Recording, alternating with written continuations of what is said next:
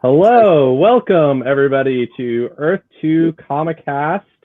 Sans Mo today.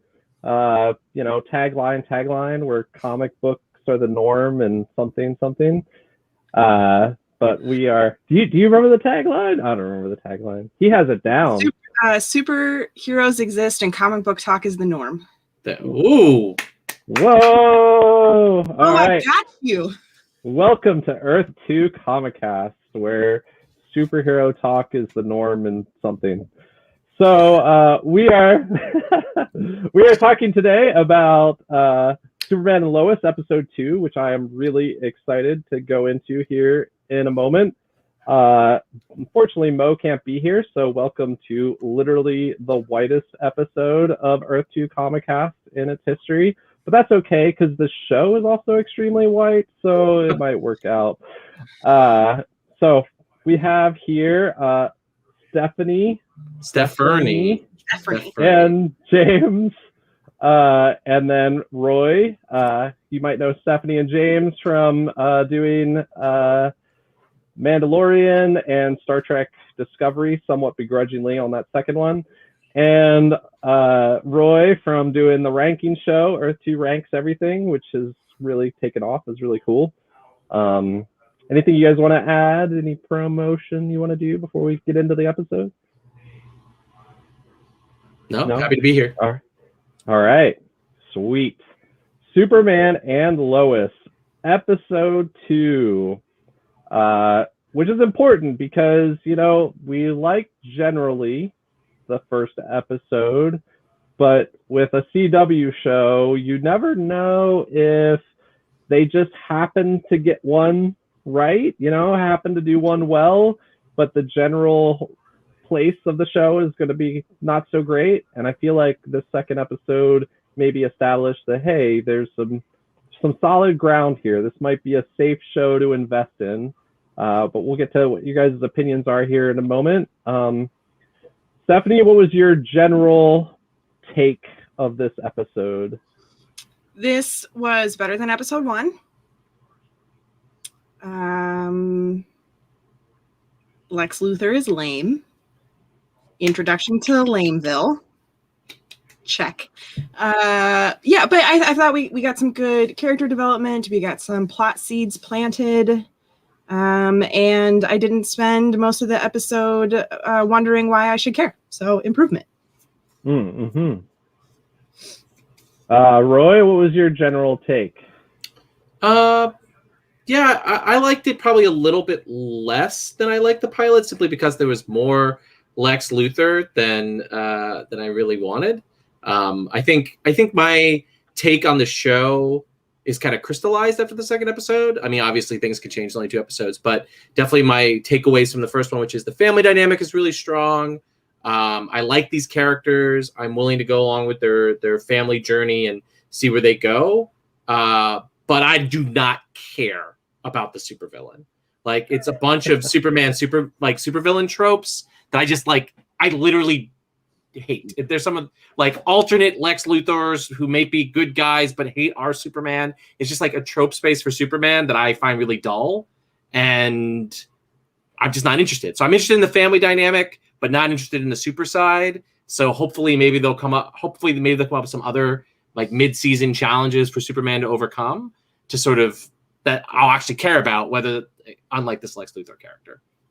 So I'm not convinced, and maybe we'll get into this more as we go through the episode, but I'm not convinced that Lex is the primary conflict at all of this show, or is expected to be. He's almost like the day job for Supes. He is more of the thing that we just see Supes going off to deal with, and he's not going to be as pivotal and primary as we are used to maybe a big bad being in a CW show. And I think hopefully actually, that's because the conflict of this show isn't going to be about overcoming physical obstacles, I guess you could say. We'll see. Cool. So we open this episode. Sorry, James. James, what was your... I wasn't even sure if you were watching the show, so I'm pretty excited that you are. Because I know Well, I don't know how you feel about Superman. So, what was your take on this episode? I think generally I'm fine with it. I like, as Roy said, the characters are pretty good. The family dynamics I'm mostly okay with. The only thing I don't like is actually the brothers' tension, but otherwise I think the family dynamic is pretty good. Yeah. And Luther. And I have things to talk about with Luther, but we can get into that later. Oh, sweet. All right. We Cool. all have things to say about Luther. I don't have much of anything to say about Luther because he is like so not important. What is there to say? Okay. All right. So let's open up. So how does this episode open, Stephanie? This is a perfect example. I literally can't remember the first scene of the episode. So the first thing that we see is some touching family moments on the farm, and Superman flaunting that he has powers for no discernible reason.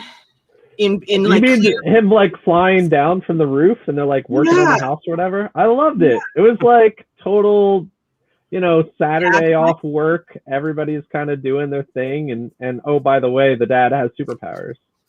Yeah, but all right. If you were trying to hide the fact that you're Superman, and your neighbor's house is 100 yards away. It's Smallville. It's a lot more than 100 yards. This isn't Smallville, the TV show, where Lana's house is within telescope range. It looks relatively isolated. My first note of the episode is people can see you, dude. No, I think that's why they're out there, is so they have this safe space for Jordan to really practice his powers without anybody knowing. And also, I want to be clear, Superman has super hearing. So anybody within, I don't know, a good 10-mile radius, he's going to know they're there. The dude literally like flies into outer space and then like listens down to Earth. I think he has some awareness of like a decent radius around the farm if anybody's creeping up. That's my opinion. Plot-wise, you're right. But if you look back at those scenes, you can see the neighbors' houses and they're not more than 100 yards away. Oh, you can see the neighbors' houses? Yeah. But also, that power is not consistently applied. Because if he literally did hear everything at all times, he would have known that the boys were going into the barn in episode 1. And he would have done something about it. I think when he's like activating his powers as Clark, I could see him putting out some radar. That's all I'm saying.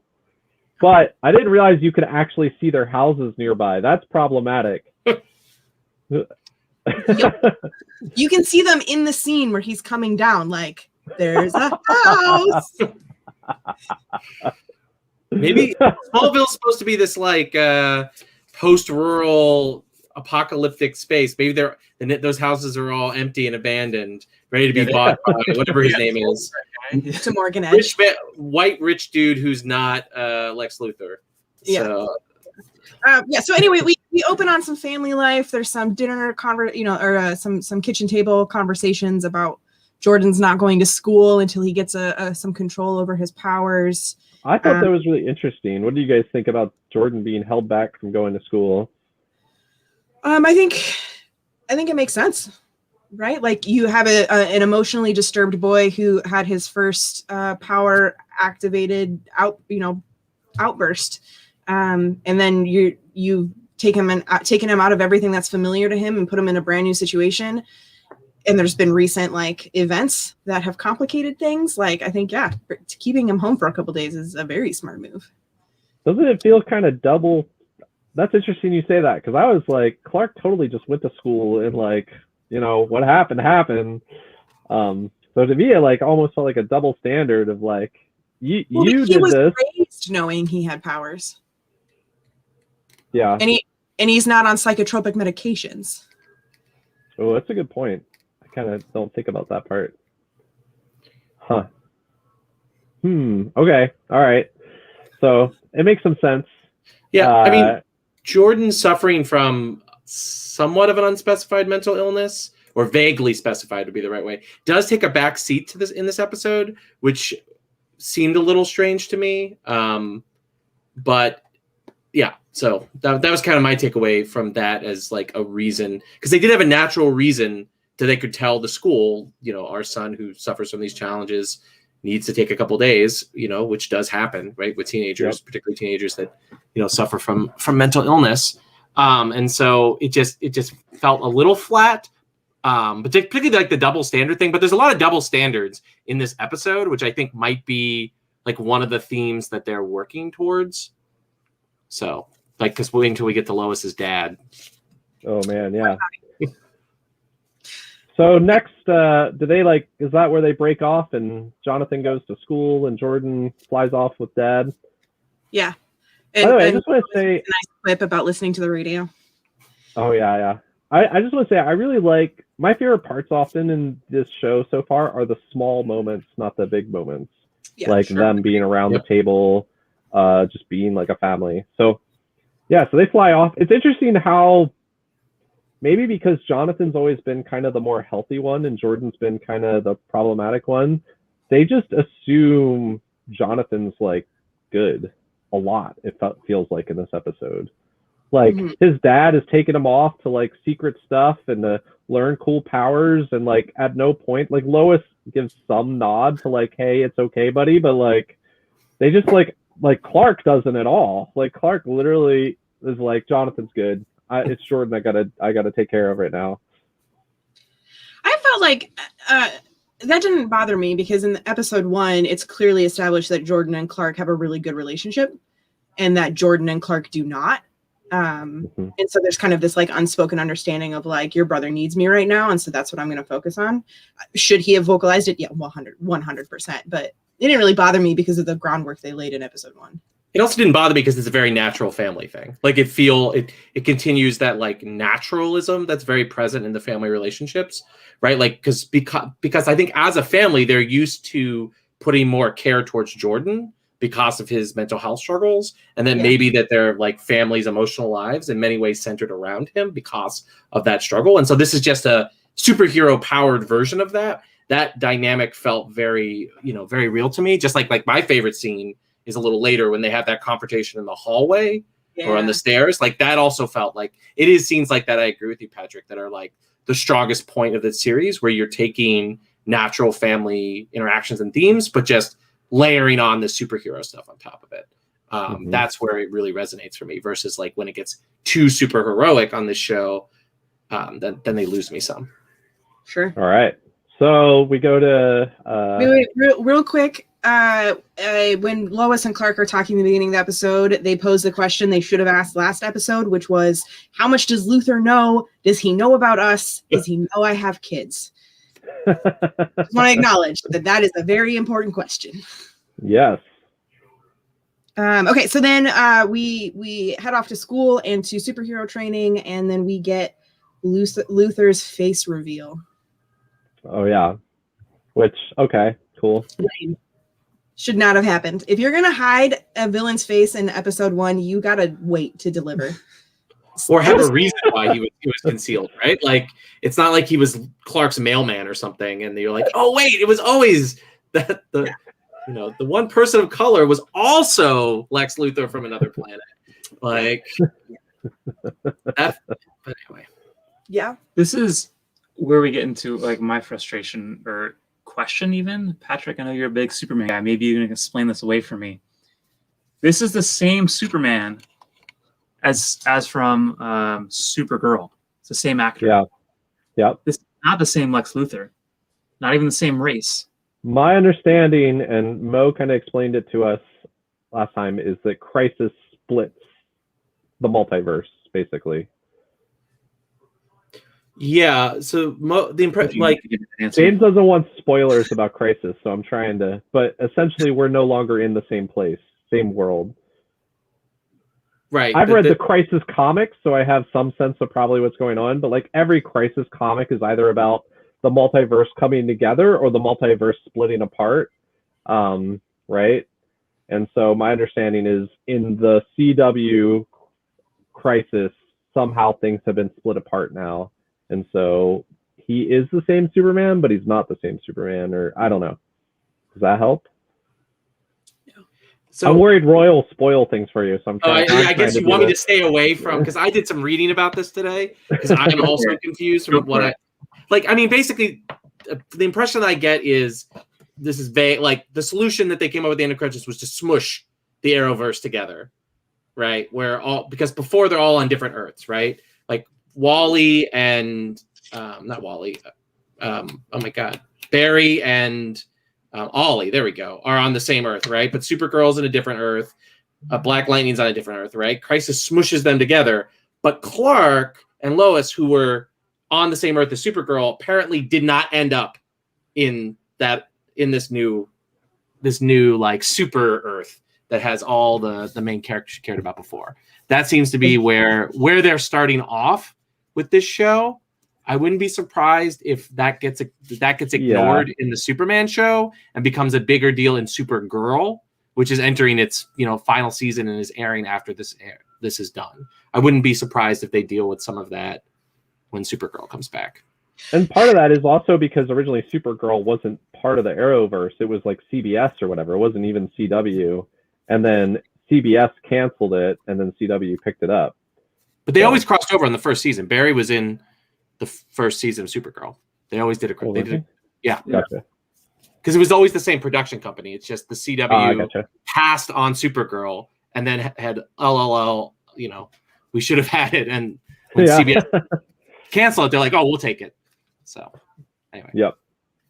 Cool. Okay. Does that help? I don't know. I'm lost on that stuff, but I actually don't care because it's just not relevant to this show, it seems like, which may be why some other people are frustrated that it's not relevant to this show, but I'm glad it's not relevant because I haven't watched it. So because like there's a Jimmy that was established on Supergirl and he's not here. It's like characters that you would assume would at least be mentioned.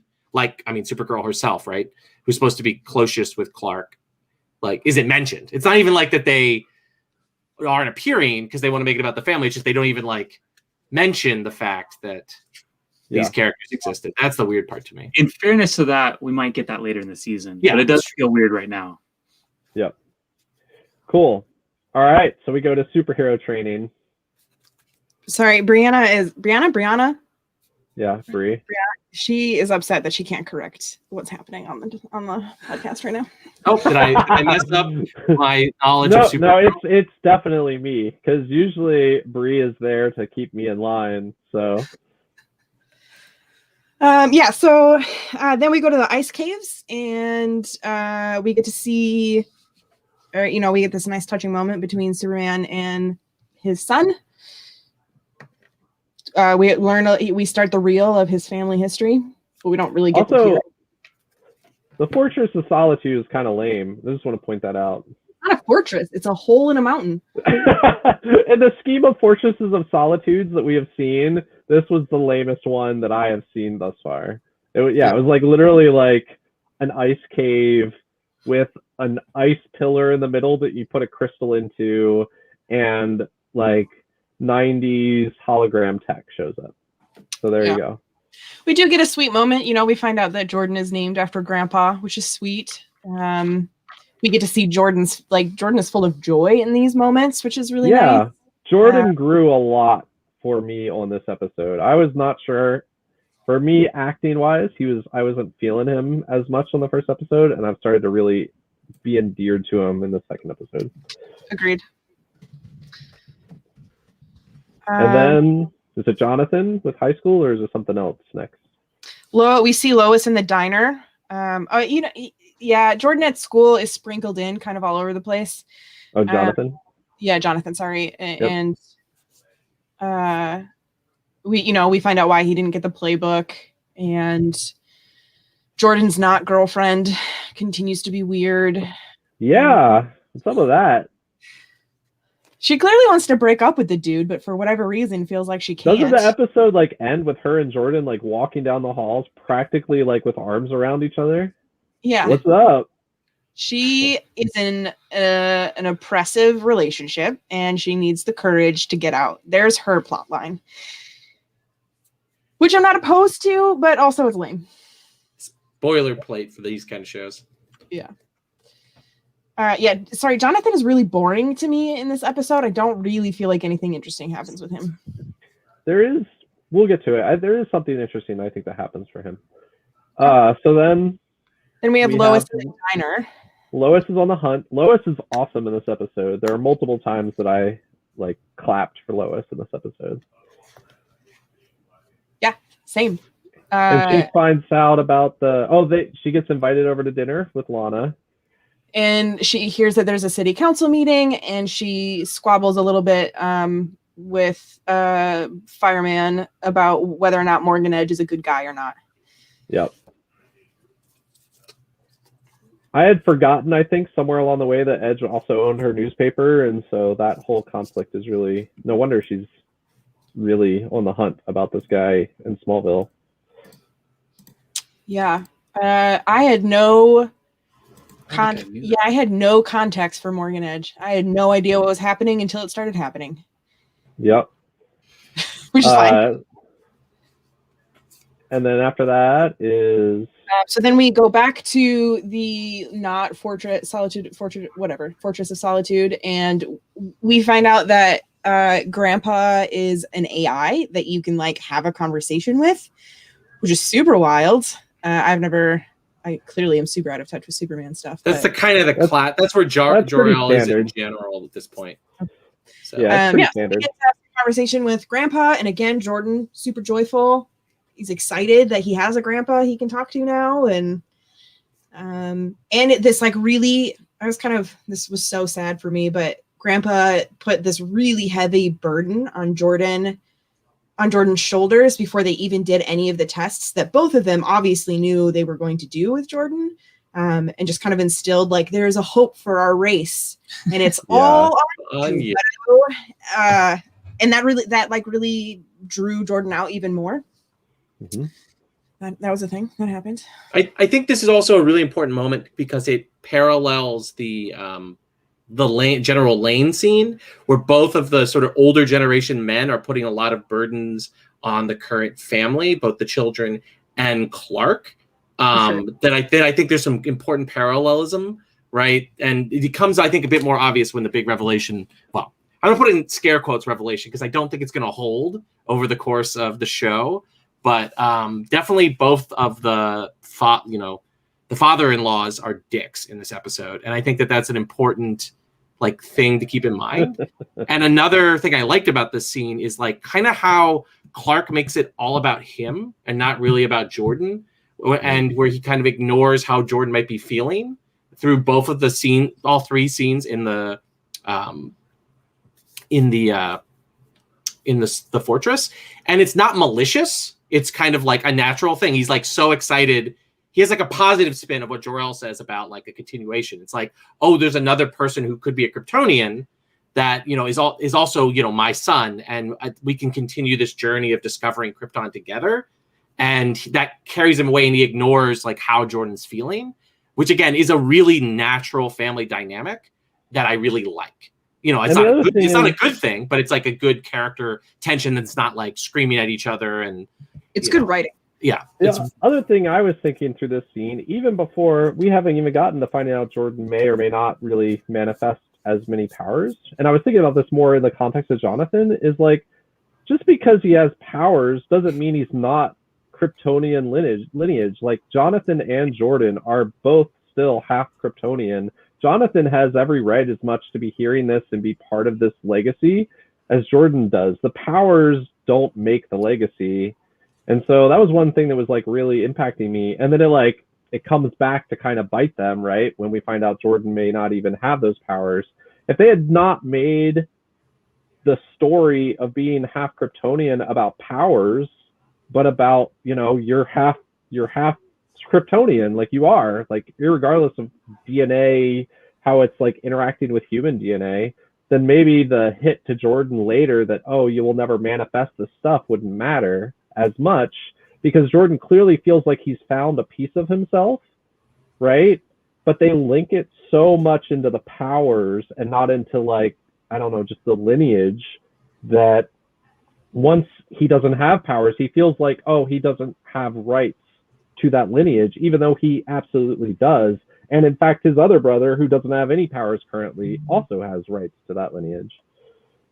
It was also kind of unfortunate that, it's unfortunate because it's a product of the environment they're raised in, but Jonathan reinforces that at the end of the episode when they have that super touching moment, and they kind of make up for all of the fighting they did in the middle of the episode. And Jonathan tells Jordan, like, I don't care what you were told, like, you are different, you've been changed, and I will help you figure this out no matter what they say, which again reinforces the idea that your specialness comes from powers and not because you're Jordan and you're my brother and we're dope because we're half alien. Yeah, there's also a weird thing that Jor-El does where he makes a bigger deal about the powers thing and that the powers are a continuation of what it means to be Kryptonian. But Kryptonians didn't have powers before they came to Earth. Like, so there's like this like weird thing that was, and like, it's like, is Jor-El being kind of racist? That the only thing that matters is that, you know, his half-human children represent these Kryptonian traits, but they're only Kryptonian traits because Clark lives on Earth. If Clark and Lois had just met through, I don't know, like International Space Tinder or something, like, and they were living on Krypton, he wouldn't have powers, right? Like, because Kryptonians didn't have powers, otherwise their planet wouldn't have blown up, right? Or they would have escaped. So it was this weird, like maybe they'll come back to that, where like it's going to be Clark also coming to terms with the fact that his, like, there is more to being Kryptonian than, you know, cool powers, which is partially how Clark perceives his own Kryptonianness, at least so far in this show, is it's very like Clark no powers, Kal-El powers, and like that's like. Go ahead. Sorry, I actually, now that you're saying that, it kind of reframes Grandpa's conversation for me, because I don't think Grandpa initially says anything about powers. He says continue the lineage, and then when Clark and Grandpa are having the conversation, he says he will never be like Superman. He doesn't say he will never be like a Kryptonian. And I wonder if that is Grandpa responding to Clark building his identity on these powers and not his lineage as a Kryptonian. That's really interesting. It almost makes me want to like rewatch that scene to see if Clark is the one that's actually projecting this stuff onto his son, not. Well, and like Roy kind of said earlier, like, because in this moment, it's about Clark, right? It's Clark being excited that potentially he's, for the first time ever in his life, he doesn't have to bear this burden alone. The idea of like, there's this new imminent threat and I could have someone help me take him down. Sometimes I could attend Jordan or Jonathan's football game because Jordan can take care of the crisis that's happening, right? Like this is a big shift in my understanding of the episode of like this. I think this is Clark projecting and is not Grandpa. Yeah, that's a good point. All right, awesome. What's the next scene that we go to? So we see we have some family stuff, and then Morgan Edge is at the city council meeting. That was crazy to me because Morgan Edge is like supposed to be Jeff Bezos essentially. So Jeff Bezos does not usually show up to these things in person. I wonder if he used to. He actually does show up to these things in person, but for like 15 minutes. Like there's a bunch of like Jeff Bezos in Tennessee, like patting a kid who Amazon gave money on the head and then hopping on his, jet to go back to wherever, rich people, evil island that he went to. So there's yeah. I was just surprised that he was there in person and we didn't have like a minion essentially there. So that's all.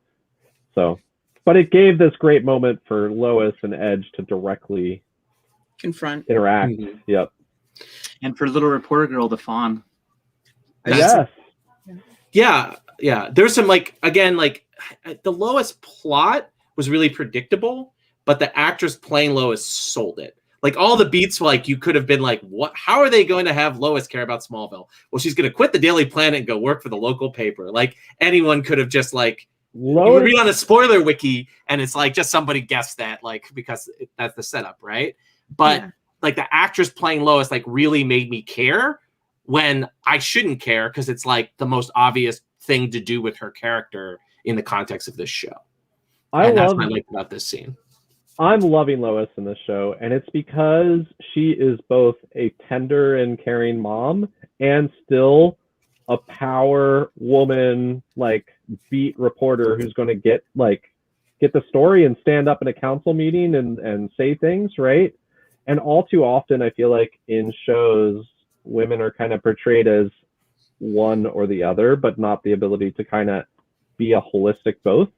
And so I'm really enjoying how multidimensional she is, and how she's not, that she has that breadth in the show.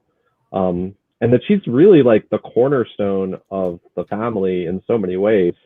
I don't know. There's a lot of ways in which I see her, and I think about my own wife and how she kind of cornerstones my family. And so it's just, I'm really enjoying the Lois character in this show. So. Yeah, I'm loving the Lois character. I think it's largely, again, carried by the actress, but I do think that the family dynamics are also really good, even if the plotting isn't quite like surprising yet. Yeah, sure. So while Lois and the kids are at the city council meeting, Clark gets a visit from father-in-law, and he lays it on pretty thick. Yeah, and this continues, as I said in the chat as I was watching the episode. It's 2 for 2 for father-in-law being a dick, and it made me really glad that I get along with my father-in-law. I was like, "Woo, wow, this is good." I'm glad that Dan and I get along, but like I do think it's setting him up to be the Dan. Hope you're watching. Yeah, he's definitely not. He's got better things to do. I think they're setting him up to be the villain by the end of the season. I think that they're creating this emotional arc, and I guess when we get to the heavy Luthor stuff soon, it's like more that and more of that's going to come, and it of course emerges out of this family dynamic, because I think he's going to start where they're allies, and then he's going to get increasingly alienated from Superman and the potential of what Superman could do. And I also wouldn't be surprised if alternate Earth good Lex Luthor comes around to liking this Kal-El by the end of the season, and then becoming friends, and father-in-law being alienated. And that I wouldn't be surprised if that's where they go. That feels very like, I feel like they planted that at the end of the episode, because we can dabble in the Luthor already. But like at the beginning of the episode, Luthor is like, Kal-El needs to die. I need to stop him before he can do anything. He's the worst. And then at the end of the episode, he's like, yeah, they're not they're not the same. They are different. ... Mm-hmm. Now, right? So like it like leaves room to Luthor exploring like, oh, my expectations of what's happening maybe aren't correct. It's Dad. Yes. My favorite part of this episode, I think, happens right about when they come back and Lois and Clark talk. And it's kind of that quiet moment. And Clark says something about how your dad thinks I'm ruining the entire family. And Lois says something like, well, then I know we're on the right track. That was a good line. That made me laugh. That is both my favorite line, and just also there's this interesting dynamic, and maybe I'm feeling this because my family was a little rough growing up, but Heather's family, my wife's family, is a very, very healthy family. And for Heather trying to understand my family sometimes can be really difficult, right? And at the same time, I can see like Clark trying to understand Lois's family dynamic. Like he had these amazing, like literally the gold standard of parents, and General Lane is not the gold standard of parent. And so Clark is putting things when General Lane says things, it has an impact on Clark that for Lois, she's like, no, like don't listen to this guy. Like he's not your dad, right? He's not the same. He's not Jonathan Kent. I love how easily she transfers between like casually dropping that she's been texting with him and casually just dismissing everything he has to say, right? Like, oh, he texted while you were gone. You know, I'm just going to casually share, like I have a relationship with my dad, right? And then, yeah, by the way, him disapproving is the A+ I needed to move forward with our plan of action. Yeah. I mean, I do like the dynamic here. And it's something that's present in Superman's character in the modern age, that he's vulnerable to father figures, right? Because he loses his dad, like both of his dads. And then he has, android dad. It's just like Clark is always going to be drawn to these father figures, and that continues with sort of General Lane and being willing to give him much more the benefit of the doubt than Lois is with, as a person who, was raised by him. So she, Yeah. What are you gonna say, James? Well, I want to say that one good thing about Superman in this part of the show is that he does not reveal that the reason they moved to Smallville was because his kid showed powers. And we see that father-in-law is a dangerous man, and he would probably abuse that information. It's kind of the sense we get. So there's a little bit of protection there for his kids that shows at least some of a good side when we're talking about all the bad things about Superman in this episode. I guess we're talking about some bad things with Clark, but I think I'm empathizing a lot with Clark in a way I haven't with Clark on screen in a long time. And so it's one of the things I'm enjoying about the show. Well, for me, I'm sorry, Stephanie, do you have a point that you want to make? I was just saying it's all Tyler Hoechlin. Yeah. For me, I think Superman makes mistakes, but he's not bad, right? Like the conflict is not Superman. This is Superman who's super dick, right? In this or whatever, right? It's more, like that, and that tends to be like a lot of moves that like superhero writers do, right? Instead of trying to humanize them, they like crank the flaws up to 1,000. And I think that, well, again, like one of the things that's really nice about this show is a lot of the flaws of Superman aren't like these gaping Frank Miller-sized holes in the character or Mark Millar holes in the character. It's like these like subtle, natural patterns of fatherhood that are just stapled on top of the Superman mythos, which I really like. Mm-hmm. All right. So then what's next? Is it we get into Luthor? We kind of jump back and forth between General Lane and Superman and the city council meeting. But after both of those scenes resolve, Superman goes to confront Luthor it seemed like Luthor was baiting, right? Like he was taking his sweet time so that Superman would show up. But yeah, so we have that confrontation, and Superman does a better job of getting a handle on Luthor this time, but then Luthor sends an autopilot bomb and tells Superman, like, you can only fight one.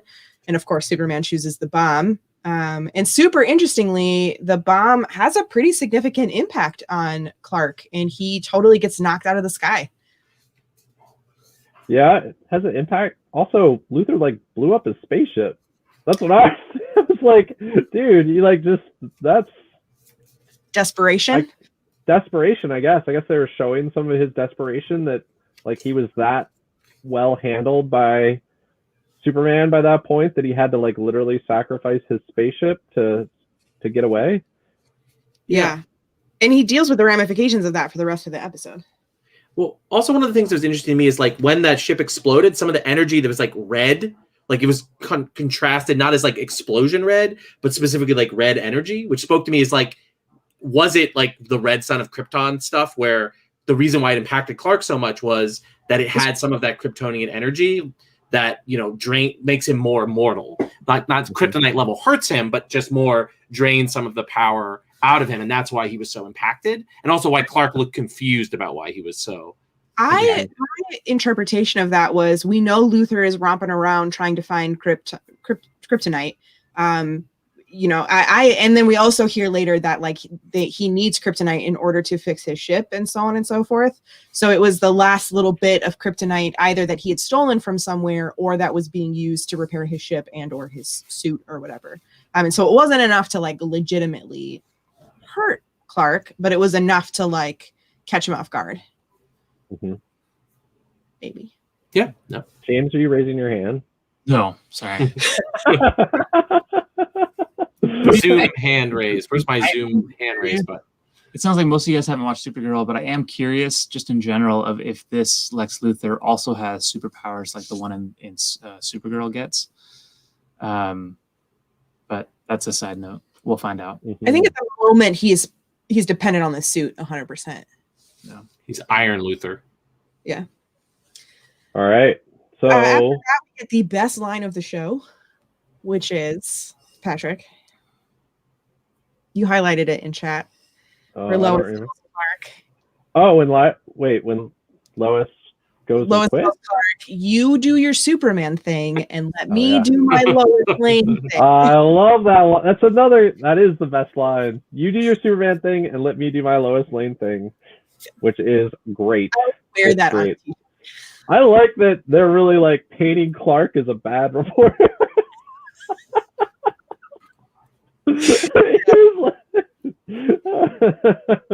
That was not his skill set.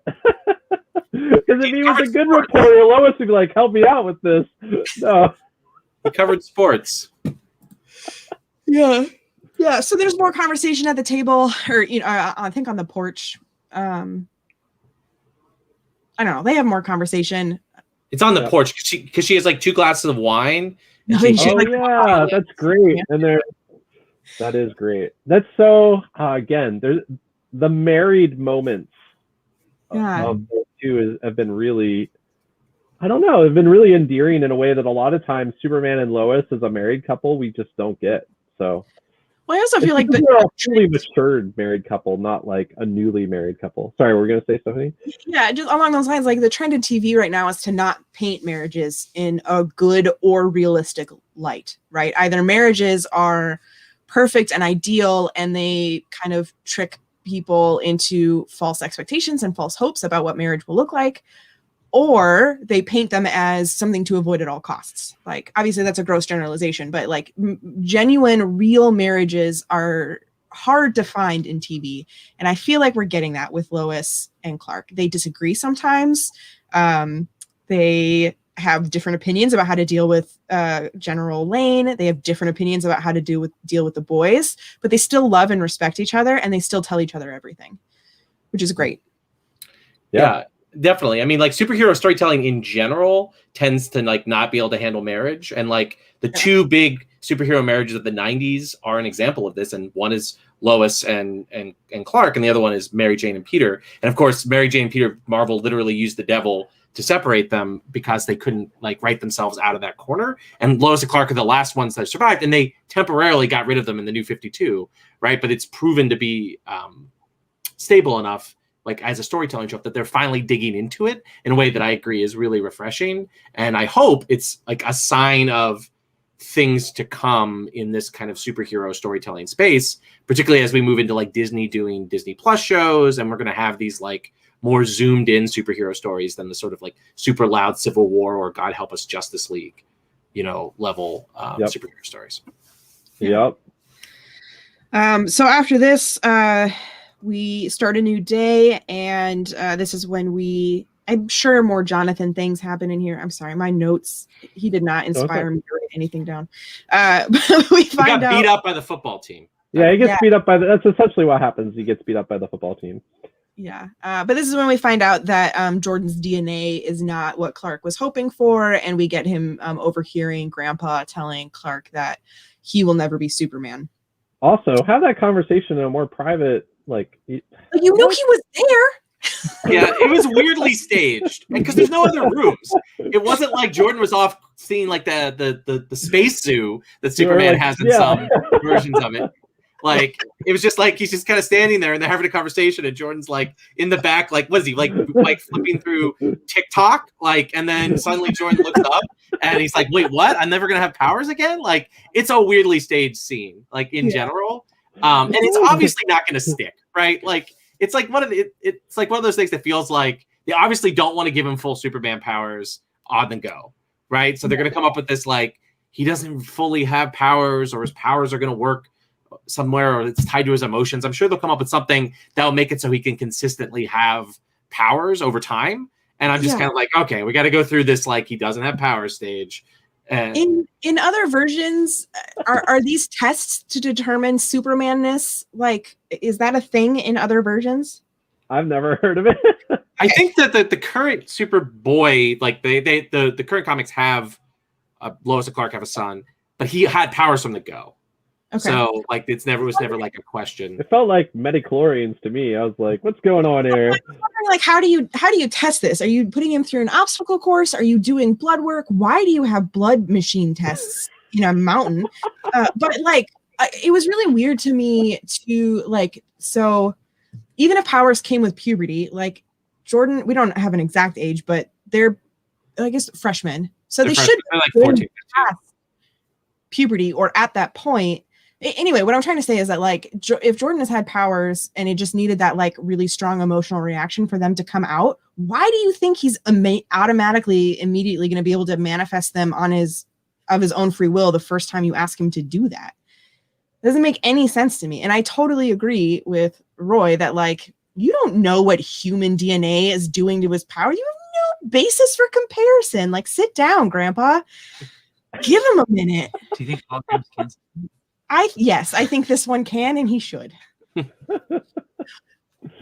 Anyway, that explodes, and then that brings us back to the house where Lois has another beautiful moment of putting her foot down about, I don't care about your petty problems. We're a family. We're going to act like it.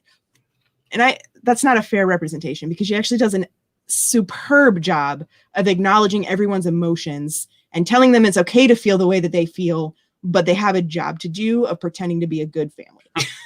Yeah, that scene is the best scene in the whole episode. Like, it sold it on me. Like, particularly Clark's initial thing of being like, "Okay, Jonathan, I'll go like practice football with you," and then Lois is like, "No, that's not what." Like, it felt like, again, a real family dynamic. She's a cornerstone, but like Clark's a people pleaser, which is also something that this is kind of like, this is playing up. And, you know, as someone who has a pleasing personality, I sympathize with that. So it was definitely like real. Again, nobody being a villain in this scene, but a real dynamic where people are making mistakes and navigating their family Has tensions. Lois quit by this point?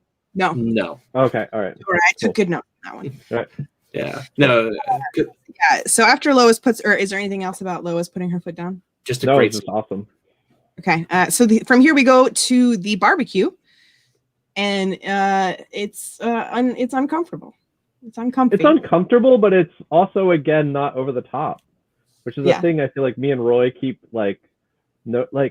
maybe because we're like jaded from so many CW shows, but like the fireman doesn't start exhibiting powers and like beating up Lois, or like, do you know what I mean? Like, yeah, it's still subdued, and like he still puts her rack of ribs on and she goes along eating, and like it's not. I here I'll disagree with you though, Patrick. That exchange between fireman, filler husband, and Lois, that landed false to me. Like that whole like country versus city dichotomy measuring contest thing. I was like, that felt like one of the most manufactured like scenes in that. And like I could kind of see, like, because they say some interesting things, right? Where she's like, well, you know, you're getting exploited. He's like, well, it's better to be exploited and have a paycheck than have no paycheck at all, which that was an interesting dynamic, but it was like, they didn't quite stick the landing, and I think it was very much like on a script and staging level, where that scene felt very forced for me and pulled me out of again the dynamic there in a way that the previous scenes didn't. I was feeling in that moment is he has made assumptions about her being like a city girl, but we know Lois is a military brat, and military brats are not the same as your like average city girl, right? And so that's what I was getting in that, is like, and that's why he's like, I wanted that a full rack of ribs. Like, Lois is not just, I don't know, your assumption about your average city person. Like, she was a military brat. So. Yeah, I don't think I agree. Kind of similar to some of the comments that I made last episode of like, I understand why X, Y, and Z happened. It just wasn't entertaining to watch. Like, I agree that this was not like, they didn't make the most of the scene as they could have. However, being a woman who has been mansplained to, it usually feels forced and really awkward. And like, I can't, or when will you stop talking so I can have my ribs? I understand that the price I have to pay to eat your famous barbecue is listening to your drivel. Are you done yet? See, I didn't read that scene as a mansplaining scene. I read it as like trying to give them their 2 points of view, particularly about what's his face, not Lex Luthor, billionaire dude, whose name keeps escaping me. Morgan Edge, right? Versus like him mansplaining to Lois. But that it could be a failure of my like comprehension of the scene. I think it's both, right? Like he assumes. I think Patrick is totally right. He assumes he knows Lois's background, and he 100% doesn't.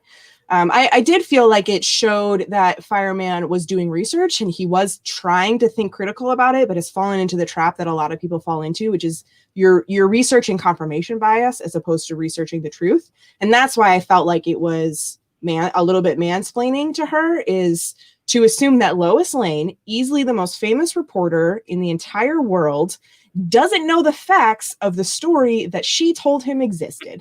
It's very fair. There's some teenage interaction here. Playing video games and entering into the room and awkwardness and all that. Painting toenails. Didn't quite get it reminded me of some awkward teenage life myself. Yeah, and we do get an interesting, Lana says something to Jonathan, and he's like, that wow, worried me. You really know everything, don't you? And she was like, oh, he was just here. And that was kind of weird to me. One thing I really enjoyed about the scene with the teenagers in the hall, the house, the video games, is it felt like the set was like on point to like a small country home where everybody's kind of like filtering both in and out of the house. Like the backyard was like an extension, but some of the people are hanging out in rooms inside. Something about the set design just I just want to point out, it just felt like an actual, like, I don't know, family get together party in a way that, I mean, modern day parties are adults outside, teenagers inside. Like, it's kind of the opposite of when I grew up. Like, teenagers are on the inside, adults are on the outside. It did feel very, very real. Yep. Yeah. And then Clark gets the call, right? Oh, yeah. James? I was just, checking in about with my quiet husband. I'm good. Okay. And then, so now, before Superman gets the call, not just a little bit before. No, I guess it is the same. Anyway, Luthor and General Lane have a very interesting conversation where Luthor shows up to the Department of Defense. I think it said offense on the sign, but then Clark called it. I could be wrong about that. Anyway, Luthor tries to appeal to General Lane about, he calls, I can't read my notes, he calls him by name. He already knows who he is, assumes a familiarity with him that we have no reason to understand at the moment, and then tries to appeal to him to help him stop Superman. And then Superman shows up. Oh, does he give the necklace? He gives the necklace, and then Superman shows up, and they do their wrestling. Yep. And Luthor is again a pretty generic villain through that, right? Yeah. My favorite part of this, honestly, is the afterwards, essentially, where Clark comes back and is like, "Did you know your dad is stockpiling kryptonite?" There's more interesting stuff before that, but I know that Luthor was some of the stuff that James wanted to talk about. Yeah, what did you want to talk happened? But I did think the timing of Superman walking in was super unfortunate for Superman and his father's relationship, because it's going to take. I'm stopping this conversation from happening, which isn't why he came there, right? I didn't even notice that. But he like as soon as like Luthor's starting to make ground in the conversation and appealing, that's when Superman takes him out of the conversation, and it's like he's hiding information. Like he doesn't want Luthor to be able to talk to Lane. Yeah, which again, it's not Superman's intent. He was coming to the distress call that father-in-law sent him, but the timing of it doesn't go well for what Roy already thinks is going to happen. Yeah. Yep. How does Luthor get away? He's not there. It's an Iron Man. It's like a robot. It's a robot. Which means he doesn't have... At first I was like, oh, he's just got a bunch of suits, but it seems like by the end he doesn't even have a suit now. He's like used all of his tech. It's all done. He used all of his resources, which is why he's not a legitimate villain. He's not an actual threat anymore. Unless he has superpowers, like he might. He has some way, because the like Edith thing that's like talking to him the whole time is like saying it's going to take a bunch of resources to rebuild, and he's like, "Well, that's what we're going to do next." And it's like, okay, yeah. And so now then we have the follow-up conversation where General Lane reveals that Clark is like, "Why was he here? Why did Luthor come here, Dad?" And Luthor reveals that he's actually collected all of the available Kryptonian to save Clark or to protect him. And what I thought, He didn't say that. It's not what he said. He said to protect Earth or something like that. no, he said, No, protect he says, yeah, family. he says to protect Clark. Since the moment you married my daughter, Okay. I have done everything I can to keep you safe. Yeah, right. A That's real- definitely why the Department of Defense is collecting kryptonite. which is really great manipulation, right? Yeah. Like, anyway, we're like, I didn't ask you to do that, Dad. Thanks for taking on that burden and laying it at my feet. I'll have to rewatch that scene, but I'm pretty sure he says to keep my family safe and not to keep. That might I mean, be that's true. the obvious implication for sure. Is like, I don't care about you. I care about my daughter. And now my grandkids now. So Yeah.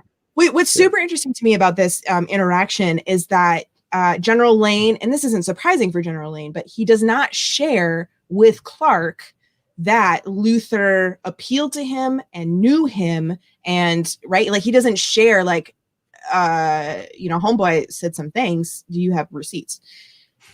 Yep. good point. Yep. Which for me, that was when I was like, all right, Dad's the bad guy, right? Yeah. Like Dad is now Family does not trust Clark. yeah, he's collected resources that he didn't tell anyone about, and now he's collecting information and being intentional with who or what he tells Clark or not. So I thought was really interesting to me. Anything? Okay. Then we have a touching Lois and Clark moment, followed by a touching twin moment. That's all my notes say. I don't know what There is a touching twin moment because again, the bonds of brotherhood stand rather than them like eternally fractured in a melodramatic fashion.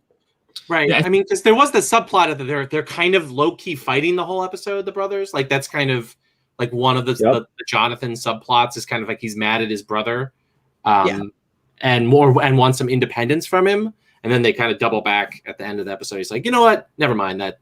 We're not fighting. We're brothers. teenagers work. I think that moment is the one where he's like, I don't care what anyone else says. I'll help you find your powers. Yeah. Yep. As somebody who has worked with teenagers pretty extensively, that's how they operate, right? Like one moment their emotional beef is the only thing in the entire universe that matters, and then literally 30 seconds later, there's no problem. Nothing happened. Why would you ever question your status as my best friend? It's just how they roll. And then we get to the Luther flashback. Clark gives the boys a pager. Oh yeah, and he can go to. Well, no, now. he gives Jordan a pager, not Jonathan, which I thought was super weird. Like, I guess they're always going to be together. Is that the implication there? Like, he doesn't get. There's only one pager. Yeah. And That is then interesting. Lois Meets goes the editor. No, not yet. Lois goes back to talk to Morgan Edge and interrupts a board meeting or whatever, and tells him, gives him an envelope, and he's like, "What's this?" And she says the second best line of the show, which is, "The best writing I've done since you took over." It's awesome. She walks in, struts through, drops the paper.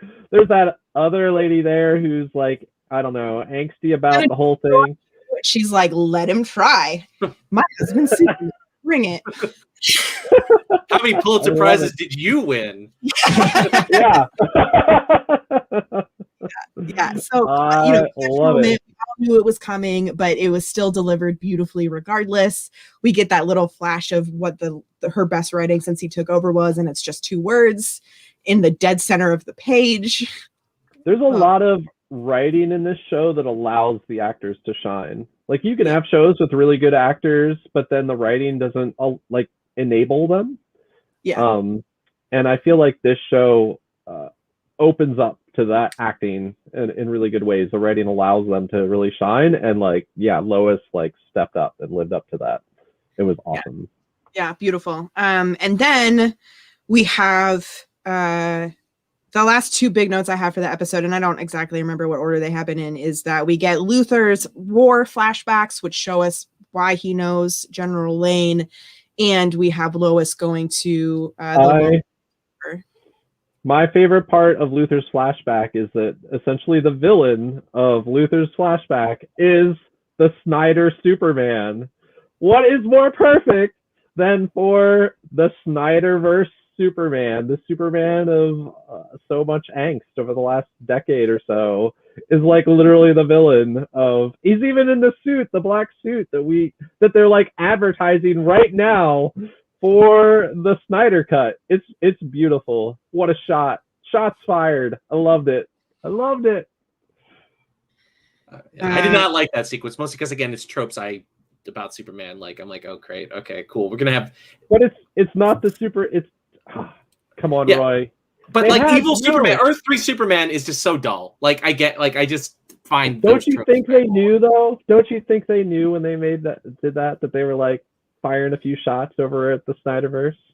I don't know if they are. I think they're just going to. What's the Alexander Luthor? That this Luthor is going to be Alexander Luthor, the Luthor from Earth 3, who's a good Luthor, and you've got Earth 3 Superman, who is a murderous supervillain. I've read this story 50 times, and from the Silver Age versions to the like Grant Morrison modern stuff to the Justice League stuff, like I just find it boring. And I was like, oh great, we're gonna have a bunch of Flash sideways where we see more of this BS. And it's the least interesting thing. If there's anything that's going to cause me to jump, it's going to be the Luthor plot. I agree with everything you're saying. We've had this whole thing before, but I can't get over the fact that Snyder's Superman shows up as the cause of Luthor. I just Googled it, and he's not wearing a black outfit. He is. Nope. It's how dark the scene is. Well, that same difference. The color palette. We'll find out. I am sure we are going to get. I'm just saying. We're going to get plenty of Flash sideways to prove Patrick wrong. So about whether it's the black suit or not. If it's not the black suit, so be it. But either way, the color palette definitely matches a Snyder color palette. So I think either way, it's reasonable to interpret that as a nod, right? Like different hairstyling, and it's a nod all the same. That for sure. And then we have Lois showing up to the local newspaper, and the adorkable editor freaking out about the fact that she gets to publish Lois Lane's actual story and hire her. I want to point out there's always this kind of like excited character in CW shows, and I love that this time it's Lois who gets that character.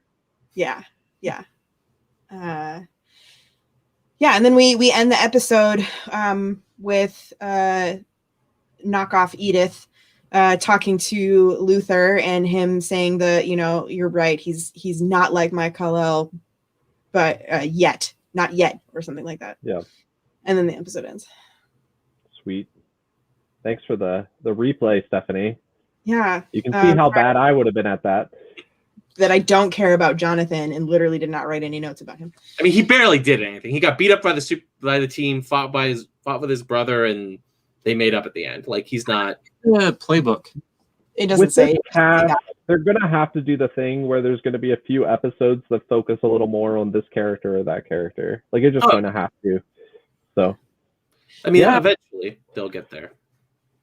Right. In general, I think promising. I'm still not 100% sold that this is like a worthwhile show, but we only have 2 episodes to go on. How could you be, right?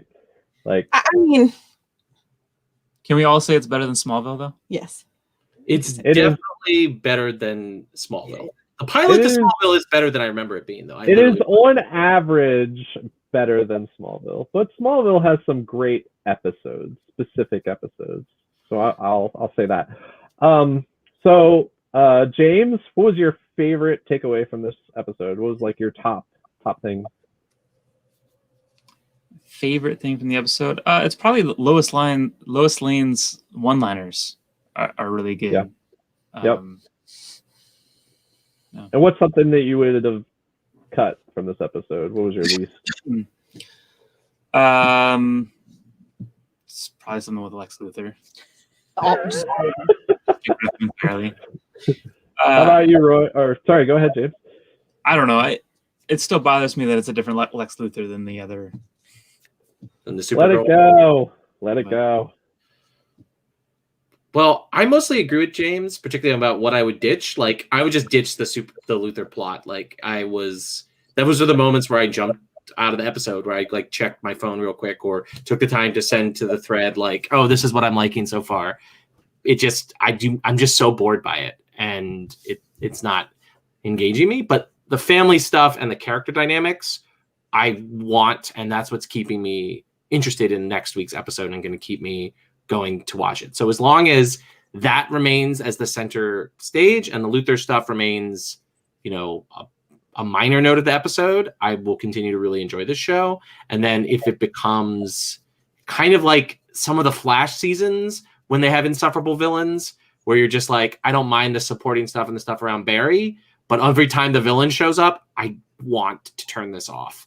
Like, I'm a little afraid we'll get there with Luther, because it's like, it's the CW. It's the same people who did these other shows that I jumped off of. So we'll see. Like, I'm optimistic. I'd give the show like a B- right now, but there's definitely that concern I have right now of they could fall into the same traps that they've fallen into with other shows. What was your top moment for this episode, Roy? All the family stuff, like all the stuff that's the four of them. How about you, Stephanie? Top moment? I think the top moments for me are Lois being a badass woman, and then specifically the marriage scenes. I like all of the family stuff, but in particular, I really like exploring the marriage dynamic. And then what I would ditch is also Luther. I think what's bothering me the most about Luther right now is I feel like there's potential there for him to be interesting, and they're just not delivering it, which is obnoxious. But as already has been alluded to, it really bothers me when shows, in general, I don't care if the race of a character changes. Like, I'm all for, expanding representation and all of that kind of stuff. It bothers me when the only time they do that is for the villain in a show.